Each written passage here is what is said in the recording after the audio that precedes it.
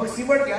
3 باتیں علماء نے لکھی ہیں اور کہا اگر کوئی شخص بھی چاہتا ہے کل قیامت کے دن اس کے ماں باپ اس سے راضی ہو کر ملاقات کریں تو اسے زندگی میں 3 کام ضرور کرنے چاہیے. میں اور آپ آج کی اس محفل سے یہ 3 چیزیں بطور سبق زندگی میں شامل کر لیں اور ساری زندگی پھر ان کا خیال رکھا جائے.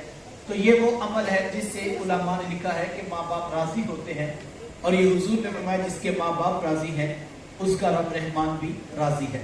پہلی چیز، کثرت کے ساتھ ماں باپ کے لیے بخشش و مغفرت کی دعا کی جائے. ماں باپ زندہ ہوں تب بھی، ماں باپ وفات پا جائیں تب بھی. ایک روایت میں ہے کہ جو شخص روزانہ اپنے ماں باپ کی بخشش کی دعا کرتا ہے میرے حضور ماتے اس کے رزق میں کبھی بے برکتی نہیں آتی.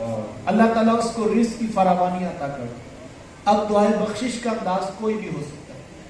آپ کل کا ختم دلوائیں، چہلم کی تقریب رکھیں، سالانہ برسی کے عنوان پر لوگوں کو جمع کر کے اپنے ماں باپ کی بخشش اور مغفرت کی دعائیں کروائیں تو یقیناً یہ باعث برکت عمل. لیکن میں کہتا ہوں اس مصروف ترین دور میں اتنا وقت کس کے پاس ہوگا کہ وہ روزانہ درجنوں سینکڑوں ہزاروں لوگوں کو جمع کرے اور پھر اپنے ماں باپ کی بخشش کی دعا کروائے؟ تو یقیناً یہ ایک مشکل کام ہے. اللہ جن کو توفیق دے وہ گاہے بگاہے کرتے ہیں، لیکن یہ کام روزانہ تو پھر بھی نہیں ہو سکتا. تو پھر کیا کیا جائے؟ علماء نے بڑی خوبصورت بات لکھی. کہا کوشش کر کے، محنت کر کے آپ صرف 5 وقت کے نمازی بن جائیں. یہ اتنا خوبصورت عمل ہے، اتنا خوبصورت عمل ہے کہ بیٹے کی کوئی نماز پوری نہیں ہوتی جب تک ماں باپ کی بخشش کی دعا نہیں کرتے. ایک تو رب کا حکم ہے، سینکڑوں مرتبہ پڑھنے کی تاکید ہے، نہ پڑھنے پر سخت عذاب کی وعید ہے. اور دوسرا محبوب اسلام کی بھی آنکھوں کی ٹھنڈک ہے. اور تیسرا بیٹے کی نماز ہی پوری نہیں ہوتی جب تک ماں باپ کی بخشش کی دعا نہیں کرتے. تو مجھے اور آپ کو آج کی اس نشست سے یہ عہد کر کے اٹھنا چاہیے. دوسری چیز علماء نے لکھی ہے، ماں باپ فوت ہو جائے ان کے رشتہ داروں سے اچھا سلوک کیا جائے. ماں فوت ہو گئی ہے تو ماموں خالہ کے ساتھ، باپ فوت ہو گیا تو چچا تایا پھوپھو کے ساتھ اس نے سلوک کیا. اس سے بھی ماں باپ کی روح خوش ہوتی ہے. وہ کسی شاگرد نے پوچھا کہ استاد جی ماں باپ فوت ہو جائے تو پھر کیا کریں؟ کہا بیٹا ان کی نشانیوں سے پیار کیا.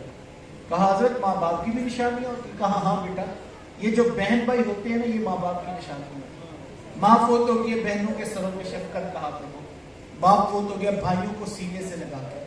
اس سے ماں باپ کی روح خوش ہوتی. اور یہ ویسے بھی حضور اسلام کی تعلیمات. فرمایا جو تیرے سے تعلق توڑے تو اس کے ساتھ تعلق جوڑ، اور جو تجھے محروم رکھے تو اس کی جھولیاں بھر دیا کر. اور یہاں تک فرما دیا کہ وہ شخص جنت میں داخل نہیں ہوگا. صحابہ نے پوچھا حضور کون جنت میں داخل نہیں ہوگا؟ فرمایا قاطع الرحم، رشتوں کو توڑنے والا جنت میں داخل نہیں ہوگا. اور ایک روایت میں فرمایا جنت میں جانا تو بڑے دور کی بات ہے، یہاں تک فرما دیا گیا وہ جنت کی خوشبو بھی نہیں پا سکتا. جبکہ جنتی ابھی جنت سے 500 سال کی مسافت پہ دور ہوگا کہ جنت کی خوشبو آنا شروع ہو. لیکن جو رشتوں کو توڑنے والا اس کو جنت کی خوشبو بھی میسر نہیں ہے. آج ہم دیکھیں آپ کہاں پہ کھڑے، خاندان ٹوٹ گئے، برادریاں ٹوٹ گئی، رشتے ٹوٹ گئے، بھائی بھائی کا گریبان پکڑ کے کھڑا. یہ آپ کے لاہور کی کہانی، 30,000 روپے کی خاطر بھائی نے بھائی کا گلا کاٹ دیا. کیا حیثیت ہے، کیا اوقات ہے 30,000 روپے. لیکن جب خون سفید ہو جائے تو پھر حالت یہی بن جاتی ہے. خدا را رشتوں کو جوڑنے کا مزاج یہ عین دین ہے. ان کے بارے میں کل پوچھا جا رہا ہے، جو خون کے رشتے دیے تھے تو دودھ کے رشتے دیے تھے تو ان کے ساتھ نبھاگ کیوں نہیں کیا؟ یہ سعادت نمودی ہے ہم لوگوں کی. اور یقین جانے میں کہتا ہوں ایک ایسی حدیث ہے کہ میرا یہ ماننا ہے کہ اس حدیث پر سارے جھگڑے ختم کیے جا سکتے. سارے اختلافات اس ایک حدیث پہ. ہو نہیں سکتا کہ انسان کے دل میں ایمان کا چراغاں ہو اور اس طرح خوبصورت الفاظ سننے کے باوجود اللہ کے رسول صلی اللہ علیہ وسلم کے یہ فرمان کو سننے کے بعد کسی کا دل آمادہ نہ ہو کہ یار مجھے سلو کر لینا چاہیے. حدیث دل کے کانوں سے سنیے. اور میرا ماننا ہے کہ اس حدیث کے سننے کے بعد دل سلو کی طرف، رجوع کی طرف، معذرت کرنے کی طرف، معاف کر دینے کی طرف دل بڑھے گا. اللہ کے رسول صلی اللہ علیہ وآلہ وسلم نے ارشاد فرمایا، حضور میں کہ وہ شخص کے جو جھگڑا چھوڑ دے اس کے باوجود کہ وہ حق بجانب تک وہ جھگڑا کر سکتا ہے. یعنی جو جھگڑا کر رہا تھا، اختلاف کر رہا تھا، وہ ناجائز نہیں تھا، اس کا حق بنتا تھا کہ وہ جھگڑا کرے، وہ اختلاف کرے. لیکن میرے حضور فرماتے ہیں وہ شخص کے جو جھگڑا چھوڑ دے اس کے باوجود کہ وہ حق پہ جانب تک وہ جھگڑا کر سکتا تھا. حضور فرماتے وہ میرے کہنے پہ جھگڑا چھوڑ دے، میں محمد اس کو جنت میں محل کی ضمانت دیتا ہوں. جھگڑا چھوڑے، اختلاف چھوڑے، لڑائی چھوڑے، حق پر ہے پھر بھی چھوڑ دے تو حضور فرماتے اس کو جنت میں محل کی ضمانت میں محمد دیتا ہوں. اللہ کے حضور سے اس کو جنت میں محل میں لے کر دوں. اب ایک حدیث پہ میں اور آپ اختلافات، حکم تو یہ تھا، تعلیم تو یہ تھی حق پر اور پھر بھی جھگڑا چھوڑ دو، لیکن ہم حق پر نہیں ہوتے.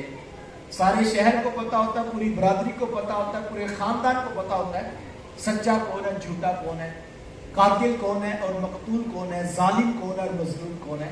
لیکن ہم کہتے ہیں کہ نہیں، یہ چھوڑو سچا کون ہے، یہ دیکھو کہ برادری کدھر کھڑی ہے، ہم نے دیکھنا ہے خاندان کدھر کھڑا ہے، ہم نے دیکھنا ہے میرا یار کدھر کھڑا ہے، بس میں نے اس کی حمایت کرنی ہے. حکم تو یہ تھا حق پر ہونے کے باوجود جھگڑا چھوڑ دو. اب حق پر نہیں ہے پھر بھی ہم نے جھگڑا بڑھا کے رکھا ہے.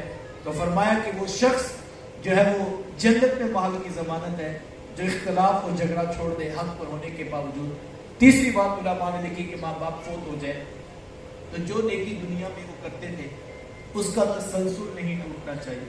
کسی غریب کی مدد کرتے تھے، کسی یتیم کی فیس دیتے تھے، کسی بیوہ کے گھر میں راشن پہنچاتے تھے، کسی مسجد، کسی مدرسہ یا کسی ہاسپٹل کو فنڈ دیتے تھے. تو یہ نہیں کہ اگلے دن آئے تو آپ کے تو آج سب کرتے تھے، کل سے تم نے نہیں آنا. ایسے نہیں ہونا چاہیے. نسل در نسل وہ نیکی چلتی رہنی چاہیے. آؤ صاحب ان تین باتوں کو لے کر، ایک تو نماز، اور دوسرا رشتہ داروں کو جوڑا جائے، اور تیسرا نیکی کے سفر کو جاری رکھا جائے. یہ تین وہ اعمال ہیں جس سے انسان کی آخرت میں ماں باپ راضی ہوتے ہیں، اور ماں باپ راضی ہوں گے تو رب رحمان بھی راضی ہوگا. آئیے ادارت المصطفیٰ کا سفر اس فکر کی آپ تیاری کے لیے ہے. میں